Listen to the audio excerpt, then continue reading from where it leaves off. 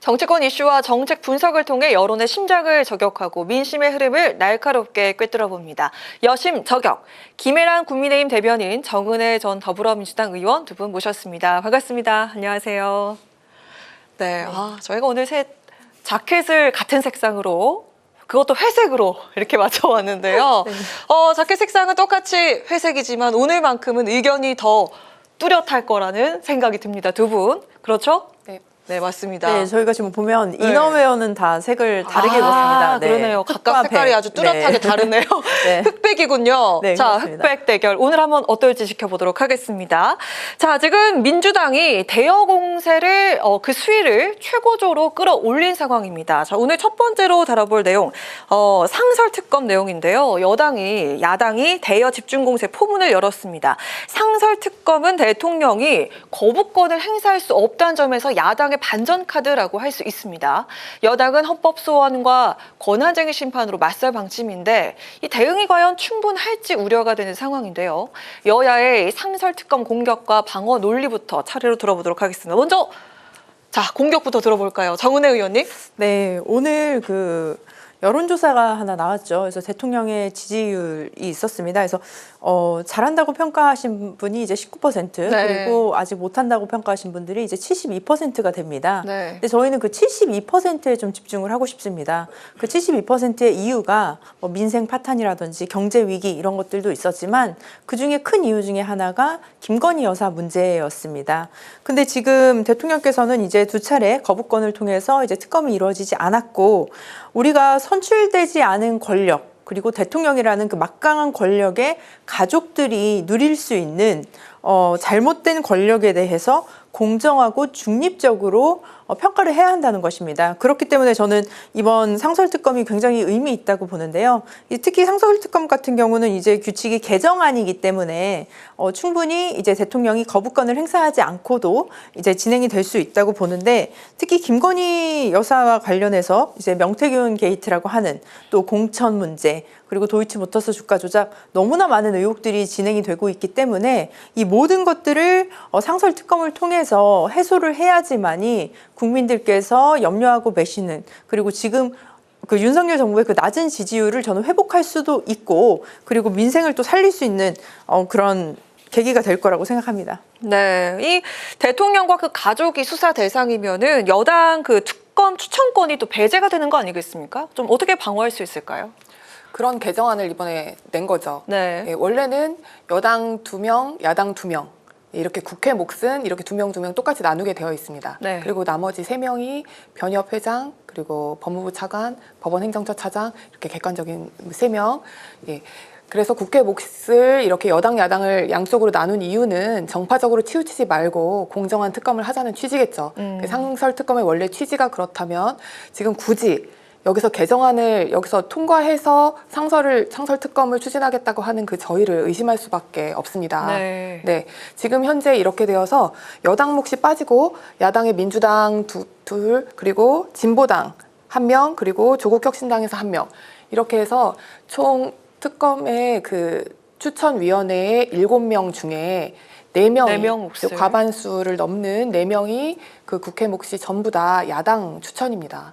사실 야당이 야당 입맛에 완전히 맞는 특검을 과연 지금 추천한다는 것이 상설특검을 지금 하자고 하는 취지에 맞는 것인지 이걸 정말 상설특검을 그 정치적인 공세에 이용하려고 하는 것이 아닌지 좀 저희가 의심되는 개정이죠. 원래 취지대로 한 게 아니고 네네. 굳이 개정을 해서 지금 이걸 추진하겠다고 하는 것이 사실은 지금 이렇게 정파적인 이해관계가 있는데 한쪽의 이해관계만 완전히 반영될 수밖에 없는 특검이 되는 거에 대해서 그 국민의힘은 받아들일 수 없다는 입장입니다. 위헌적인 요소가 있다. 그래서 지금 즉각 위헌 요소를 다투겠다. 헌법 소원 내지 또 권한쟁의 심판으로 다투겠다고 하고 있습니다. 사실 대통령의 거부권은 행사할 수 없지만 네, 지금 이 특검 추천위원회에서 특검을 2명을 이제 추천을 하면 대통령은 3일 이내에 둘 중에 1명을 이제 임명하게 되어 있어요. 그런데 임명하지 않았을 경우 미루거나 임명하지 않았을 때 어떻게 될까요? 그 강제하는 규정은 없습니다. 처벌 규정이나 강제 규정이 없고 지금처럼 위헌성 여부가 문제가 되어서 네. 헌법재판소에 만약에 지금 그 위헌 여부를 묻는 절차가 진행이 된다면 사실은 그 답이 나올 때까지 임명이 미뤄질 가능성도 저는 충분히 있다고 보입니다.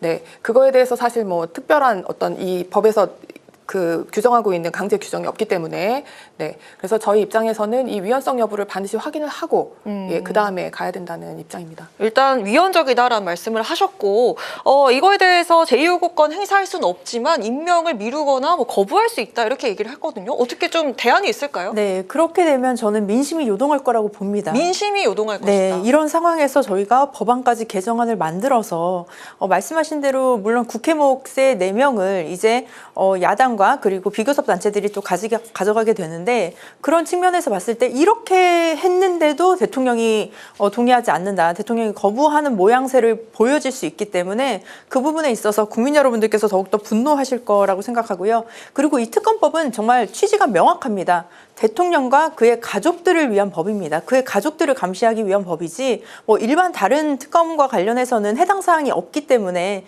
적어도 우리가 과거에 국민들은 트라우마가 있지 않습니까? 비선 실세가 국정을 운영했을 때 대한민국이 어떻게 위기에 빠지는가, 정말 그 가족이라고 할 수 있는 비선 실세들, 선출되지 않은 권력들이 누릴 수 있는 그 은밀한 권력들에 대해서 국민 여러분들께서 철저히 조사를 원하시고 또 거기에 따른 심판을 원하시기 때문에 저는 이 법안에 좀 찬성합니다. 네. 일단은 그 여론의 마음을 가져와야 한다라는 말씀이신데 여론의 마음 하면 또 여심 저격 아니겠습니까? 네, 그렇죠. 네. 자, 어쨌든 한 가지 네. 더. 한 가지 더 말씀하시죠. 네, 네. 사실은 정말 이렇게 공정하게 수사를 해보고 정치적으로 좀 중립한 기관에서 지금 대통령이 아무래도 행정부의 수반이다 보니까 행정부의 일부인 검찰이 수사하기에 적합하지 않기 때문에 상설특검을 하자고 하는 취지는 저는 사실 이해가 갑니다. 그렇지만 그렇다면 오히려 여당 야당이 공정하게 추천위원회에 들어가고 있는 원안대로 했었어야지 굳이 여기서 개정안을 통과시켜가면서 했다는 네. 점에서 오히려 민심을 얘기하셨는데 국민 여러분께서도 이것을 너무 정치 공세로 이용하려고 하는 의도를 느끼실 수 있을 거라고 생각합니다. 그냥 원안대로 하는 것이 오히려 더 민심에 더 맞는 것이 아니었나 싶은 생각도 들고요. 네. 어쨌든 이게 위헌성 여부가 문제가 되고 있고 어떤 정파적인 이해관계가 있는데 한쪽만 완전히 반영되는 경우 이거에 대해서 따져봐야 되겠다는 게 지금 저희 입장입니다. 네, 알겠습니다. 자, 이 타이밍을 살펴보면요. 12월 10일 김여사 특검법이 부결되면 야당 측에서 상설특검 공세 돌입한다. 자, 이런 계획을 가지고 있는데 세부 의혹별로 수사가 가능한 상설특검은 오히려 특검법보다도 강할 수가 있다. 자, 이런 관측도 있습니다. 상설특검의 압박까지 더해진 상황에서 여당에서는 기류 변화설까지 솔솔 나오고 있는데 지금 이 시점에서 김여사 특검법 재표결이 이 변수에 영향을 받을 수 있을지 어떻게 전망을 하시는지 한번 들어볼까요? 네. 저희는 뭐 특별한 영향은 없을 것 같습니다. 영향은 없다. 예, 왜냐하면 지금 여태까지 그 부결되었던 이유도 특검법이 부결되었던 이유도 다른 이유가 아니라 그 특검법 자체가 가지고 있는 위헌적인 요소 그 부분에 대해서 독소 조항 때문에 우리가 받을 수 없다라고 당론으로 정해져서 네. 거부했었던 것이기 때문에 네, 뭐 지금 뭐 상설특검이 그 이후에 통과될지 여부라든지 뭐 다른 또 민주당의 어떤 정치적인 상황 이런 것 때문에 저희 그 결정이 바뀌지는 않을 것 같습니다. 어떻게 보십니까? 네, 제 개인적인 생각으로도 국민의힘에서 입장을 바꿀 것 같지는 않습니다. 그럼에도 불구하고 저는 좀 염려되는 부분이 지금 한동훈 대표의 리더십이 더욱더 흔들릴 것이다라는 생각이 듭니다. 사실은 여기 특검법 재표결에서 이탈표가 나오지 않는다면 오히려 저는 한동훈 대표를 향한 흔들기가 조금 더 가속화되지 않을까. 라는 생각이 듭니다. 지금도 뭐 댓글 그 홈페이지 그 내부 홈페이지 관련된 뭐 댓글이라든지 네. 그런 문제들로 인해서 리더십이 많이 흔들리고 있는 상황이긴 한데요. 정말 국민 여러분들께서 너무나 원하고 계시는 이런 특검법에 있어서 정말 단일 대우로 똘똘 뭉쳐서 그 김건희 여사를 비호하는 그런 모습을 보여준다면 지지율은 더 떨어질 수밖에 없고 거기에 따른 한동훈 대표의 리더십도 저는 또 하락할 수밖에 없다고 생각합니다. 네. 자, 그리고 다음 공세는요, 바로 탄핵 공세인데요. 민주당은 다음 달 2일 본회의에 검사 3명과 감사원장 탄핵안을 보고를 할 예정이라고 합니다. 특히 감사원장 탄핵은 헌정 사상 최초입니다. 최재 감사원장과 대검은 강하게 반발을 했고요. 여당은 보복 탄핵이라고 비난했습니다. 이제 감사원장까지 겨냥한 탄핵 공세, 이건 국회 권한일지 아니면 탄핵 폭주일지 한번 이야기를 나눠볼까 하는데요. 자, 먼저 우리 대변인님. 네, 국회의 권한을 넘어선 탄핵의 폭주죠. 탄핵권의 남용이라고 생각합니다. 지금 검사 3명을 탄핵하는 거는 탄핵 사유가 이제 김건희 여사의 도이치모터스 사건 무혐의 처분을 했다라는 거죠. 네. 서울중앙지방검사장 포함입니다. 예, 지금 그 검사 3명에 대한 탄핵 자체도 탄핵 사유가 없을 뿐 아니라 왜냐하면 그 직무상 헌법상 법률상 중대한 헌법 위반이 있을 수가 없어요. 네, 당연히 헌법재판소에 갔을 때 탄핵의 심판을 받지 탄핵 심판이 인용될 확률이 없음에도 불구하고 정치적인 그런 보복이라든지 아니면 겁박하는 취지에서 정치 공세로서 탄핵권을 남용하고 있습니다. 지금 헌정사상 최초로 감사원장에 대한 탄핵까지 지금 네. 하겠다고 하는데 그 이유는 국정감사에서 뭐 위증을 했고 또 대통령 관저의 감사가 부실 감사였다 뭐 이런 건데요. 그 직무를 본인의 그 직무의 결과가 누군가의 마음에 들지 않는다고 해서 그렇게 그 공무원을 탄핵할 수 있는 게 아닙니다. 네, 사유가 굉장히 중대하고 아주 엄중하고 또 제한적입니다. 네, 지금 이 탄핵이라는 것은 지금 현재 야당이 주장하고 있는 이 탄핵은 탄핵의 부수적인 그 효과인 그 직무 정지, 네. 그 직무에서의 배제 이거를 목적으로 하는 게 아닌가 싶습니다. 지금 감사원장을 직무 배제를 시켜서 뭔가 그 입맛에 맞는 그 감사위원들만으로 뭔가 대행하게 하든지 감사 기능도 멈출 수 있게 하고 지금. 예, 그렇습니다. 사실은 이 탄핵이라는 제도 자체가 탄핵 소추가 의결될 정도의 그런 아주 중대한 비위를 저지른 공무원이 있다면 심판이 나기 전까지라도 그 직무에 계속 관여하게 하는 게 부적합하다는 취지에서 직무가 정지되는 겁니다. 네. 그런데 그게 그 목적과 수단이 반대로 주객이 전도된 것처럼 네, 탄핵 사유가 없는데 일단 탄핵 그 다수당이라는 이유로 탄핵 소추를 의결을 해요. 그럼 직무에서 배제되지 않습니까? 네. 그럼 헌법상 모든 기관을 그냥 탄핵 소추권을 의결함으로써 다 마비시킬 수 있습니다. 국가기관 자체의 기능을 마비시킬 수 있고 네. 정말 중요한 인사들, 정말 중요한 일을 해야 되는 역할의 사람들을 다 직무정지시키고 배제시킬 수 있어요. 지금 그런 목적으로 감사원장 헌정사상 최초로 탄핵하고 네. 지금 서울중앙지검장 탄핵하고 만약에 그 무혐의 처분에 대해서 항고 재항고를 했을 때 항고가 기각되고 재항고가 기각되면 지금 이론상 검찰총장, 서울고검장 뭐 다 그렇죠. 탄핵될 수 있습니다. 네. 네, 이유는 똑같아요. 달라질 게 없습니다. 이게 지금 무혐의 처분에 대해서 이걸 뭐 직무유기라든지 이런 걸로 엮어서 탄핵 사유라고 주장해서 탄핵 소추안을 의결한다면 대한민국의 검찰 마비시킬 수 있고 감사원 마비시킬 수 있습니다. 이것은 탄핵 소추 의결을 하는 탄핵권을 국회에 준 취지하고 맞지 않습니다. 그걸 하라고 탄핵 소추를 하게 한 게 아닙니다. 네, 이 부분 국민 여러분께서 똑똑히 지켜보시고 국회의 권한 남용에 대해서 심판해 주셔야 된다고 생각합니다. 저희가 지난주에도 검사 3명에 대한 탄핵안에 대해서 이야기를 하면서 그 자체가 목적이 아니라 직무 정지되는 걸 노린 것이다. 이렇게 김연아 대변인께서 말씀하셨거든요. 자, 이것은 탄핵 폭주고 남발이다. 이렇게 이야기를 했는데 한번 반대 입장 들어볼까요? 네, 저는 그렇게 생각하지 않습니다. 그래서 탄핵 남용이 아니다라고 보여지는데 민주당도 민심을 당연히 의식할 수밖에 없습니다. 그렇다면 민주당이 정말 탄핵을 남발하고 남용하고 있다라고 했을 때 국민 여러분들께서 그 주실 역풍도 사실 우려할 수밖에 없거든요. 그럼에도 불구하고 민주당이 계속 강행하고 나아갈 수밖에 없는 이유는 법 앞에 만민이 평등하다는 것이기 때문입니다. 지금 검사가 정치적인 행위를 하고 있습니다. 검사는 공무원이고 중립적으로 지켜야 할 의무들이 있는데 그 의무를 지키지 않았다는 거죠. 검사 3명에 대한 탄핵안도 마찬가지입니다. 김건희 여사에 대한 수사 과정에서 불공정한 특혜성이 제기된 것도 사실이고 이거 자체가 직무유기라고 보여집니다.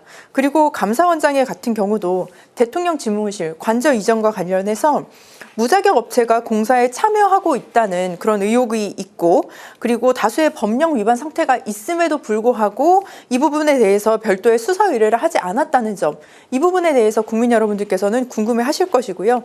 그래서 이것은 바로 탄핵 공세다, 뭐 탄핵 남발이다 이렇게 네. 말하기보다는 우리가 정말 공정하게 그 업무를 수행하지 못한 공무원에 대한 적절한 조치라고 생각합니다. 네. 이 탄핵안이 처리될 내달 4일에는요. 그리고 해병대원 국정수사 요구안까지 처리가 될 예정입니다. 현재 그 민주당은 10명의 국조특위위원 명단을 제출했고요. 국민의힘은 결정권을 원내 지도부에 일임한 그런 상태인데요. 야당 공세에 대한 방어와 또 여론 역풍을 고려해야 하는 여당 원내 지도부. 과연 어떤 결정을 내리게 될지 한번 전망을 해보도록 하겠습니다. 먼저 우리 정은혜 의원님 들어볼까요? 네, 이제 어제 국민의힘 의총에서 이제 관련된 국정조사 수용 여부를 결정하지 못했다고 제가 들었고요. 네네. 그래서 원내대표에게 또 원내 지도부에게 이름을 한 사실이 있습니다. 이 부분은 저는 굉장히 무책임하다고 생각을 네. 합니다. 왜냐하면 한동훈 대표가 그 당대표 당선될 때 약속했던 그런 약속들을 외면하고 국민의 목소리를 외면했다고 저는 보여지는데요. 본인의 약속을 뒤집고 또 책임 있는 행동을 하지 못한다는 것, 책임을 전가하는 모습을 보인다고 저는 느껴지고요. 특히 진실 규명을 방해하려는 목적이 있는 것이 아닌가라는 생각이 듭니다. 그래서 지난주에 그 의원식 국회의장 같은 경우도 이제 국정조사가 불가피하다 이런 얘기가 있었고, 한동훈 대표도 본인 스스로 본인의 입으로 약속했던 것이 있기 때문에 여기에서야말로 우리가 지금 역풍을 얘기할 수밖에 없습니다. 네, 국민의힘이 그 국민의 민심을 따르지 않는다면 저는 이번에야말로 정말 역풍이 제대로 불 것이다라고 생각합니다. 네, 여당의 원내 지도부가 참 곤란할 상황일 것 같은데 그 당사자가 여기 이 자리에 있습니다. 아니, 저는 네, 원내가 어떤 아니죠. 이야기를 저희가 들을 수 있을까요? 네, 저희 원내 지도부에서 어떤 결정을 하게 될지는 잘 모르겠습니다. 예, 어떻게 할지 모르지만 예상해 보자면 지금 사실 뭐 거부권을 행사해서 뭐 안 받을 수 있는 특검이라던가 이런 것과는 달리 국정조사는 사실 뭐 이제 내달 4일에 개시되고 나면 그 10명의 특위위원으로 개시가 되겠죠. 사실 그랬을 때 2022년에 이태원 참사에 대한 국정조사도 야당 주도로 실시됐을 때 네. 예, 뭐 이른바 개문발차라고 하죠. 그냥 이제 문 열어놓고 일단 개시됐을 때 뭐 하루 만에 동의하고 들어갈 수밖에 없었습니다. 그렇게 되는 이유는 지금 야당이 이런 그 국정조사를 이 사건에 대해서 개시를 했을 때에는 사실은 궁극적인 목적은 대통령을 무조건 끌어들이고 또 탄핵 사유로 뭐 이렇게 엮기 위한 어떤 정치 공세를 시작할 것이 뻔히 보이는 상황에서 네. 민주당 의원 10명으로 된 특위, 국조특위가 계속 진행이 되면 사실 국민의힘 입장에서는 방어권을 제대로 행사할 수가 없게 되겠죠. 그냥 그걸 그대로 지켜보면서 참여하지 않는 선택을 하게 될지 사실 의문입니다. 아마 이태원 참사 때 했었던 것처럼 중간에 들어가는 결정도 할 수 있지 않을까. 그렇다면 그 참여의 여부 시기는 뭐 원내 지도부의 결정에 이름이 되어 있는 것이 맞고, 그 개개의 국회의원들이 나는 찬성을 하는 게 좋겠다, 지금 들어가는 게 좋겠다, 아니다 이런 얘기를 구구하게 하는 것보다는 지도부가 하는 게 맞다고 보입니다. 다만 참여하게 된다면, 만일 참여하게 된다면 이게 정치 공세로 흐르지 않도록, 그리고 그 해병대원의 그 죽음에 얽힌 진상을, 사실관계를 객관적으로 밝힐 수 있는 방향으로 거기에 집중해야 한다는 점, 그 부분에 대해서 좀 동의가 되어야 될 것 같습니다. 네. 자, 그리고 예산안은 어떻게 될까 저희가 좀 지켜볼까 하는데요. 여야가 상당 부분 의견 접근이 이루어지면서 여야 지도부 국적 타결에 대한 기대도 나왔었습니다. 그리고 박정 외교위원장도 내일이라도 마무리를 짓겠다 이렇게 이야기를 했었거든요. 자, 그런데요. 예결위 전체 회의에서 감액안이 통과가 됐습니다. 여당은 지금 강력 반발하고 있는 그런 상황이고, 자, 이렇게 된다면 예산안 운명은 과연 어떻게 되는 걸지 저희가 얘기를 좀 해보도록 하겠습니다.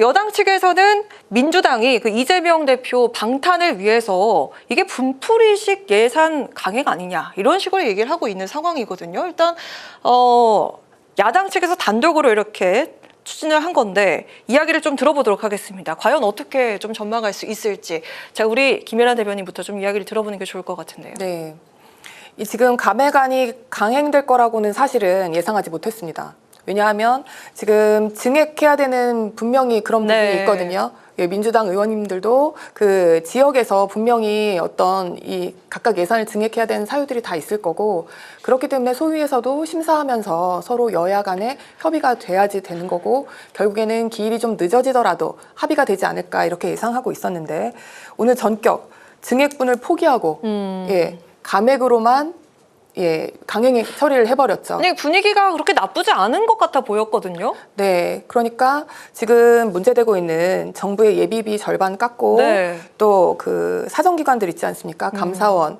예, 검찰, 경찰의 그 특활비, 특경비 뭐 전액 일부 삭감하고, 또 대통령실에 있는 국가안보실이라든지 그런 뭐 또 비서실에 있는 특활비도 전액 삭감했습니다. 네. 이건 사실은 어떤 국가의 어떤 기능에 대해서 거의 뭐 마비되는 결과가 오는데요. 사실 예산이라는 거는 건전하게 재정을 유지하고 투명하게 예산을 집행하고 이런 목적으로 네, 그런 권한이 있는 거겠죠. 그 어떤 분풀이식, 네. 예, 어떤 기관에 대한 길들이기식으로 뭐 말하자면 그런 거 아니겠습니까? 엄마가 말 안 들으면 용돈 끊어 이런 거 같은 거예요. 네.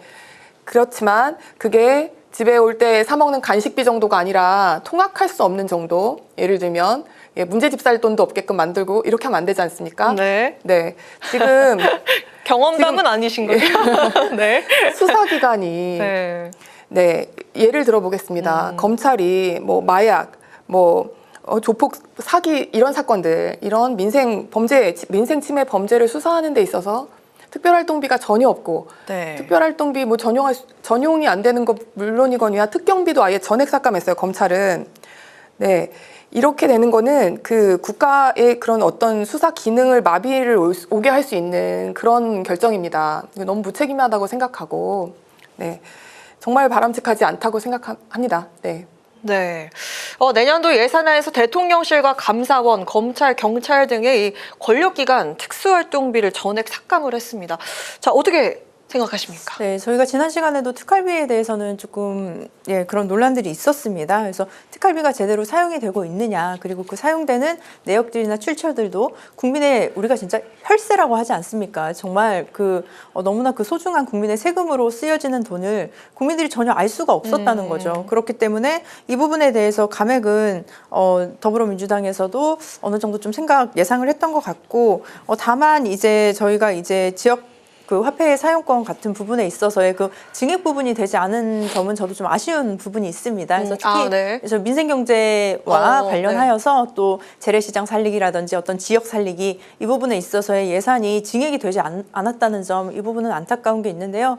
우리가 매번 그렇습니다. 아까 뭐 가정 얘기를 들으셨지만 살림을 하다 보면 정해진 예산이 있고 그 예산에서 내가 어디를 중요하게 먼저 사용을 해야 하는가, 사실 빚을 갚아도 어디부터 갚아야 하는가, 이런 것들이 조금 이렇게 암묵적으로 정해진 것들이 있는데, 그럼에도 불구하고 저는 국민의힘에서 잘못 사용되고 있었던 돈들, 과거에 그랬던 돈들에 대해서 민주당이 과감하게 정말 국민들에게 보여주기로 이렇게 또 저는 결정을 내린 것이다라는 생각이 들고, 가장 중요한 건 저는 예산 같은 경우는 날짜를 꼭 지켰으면 하는 바람이 있습니다. 이건 네. 여당 야당 할 것 없이 매번 이게 뉴스가 되잖아요. 12월만 되면 오늘 기한 넘기나 법정 기한 넘기나 안 넘기나 이러다 그렇죠. 보면 결국에 피해보는 것은 국민 여러분들이거든요. 그렇기 때문에 그 각 지역에서 사용하는 예산들, 그리고 적당히 배분해야 되는 부처의 예산들이 저는 정시에 이렇게 이루어지는 것이 더 중요하다라고 생각합니다.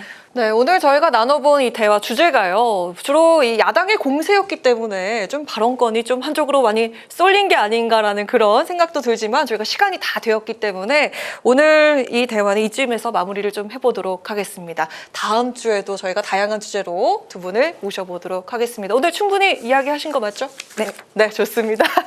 다음 주에 뵙도록 하겠습니다. 지금까지 김혜란 국민의힘 대변인, 정은혜 전 더불어민주당 의원과 함께한 여심저격 시간이었습니다. 두 분 오늘도 고맙습니다.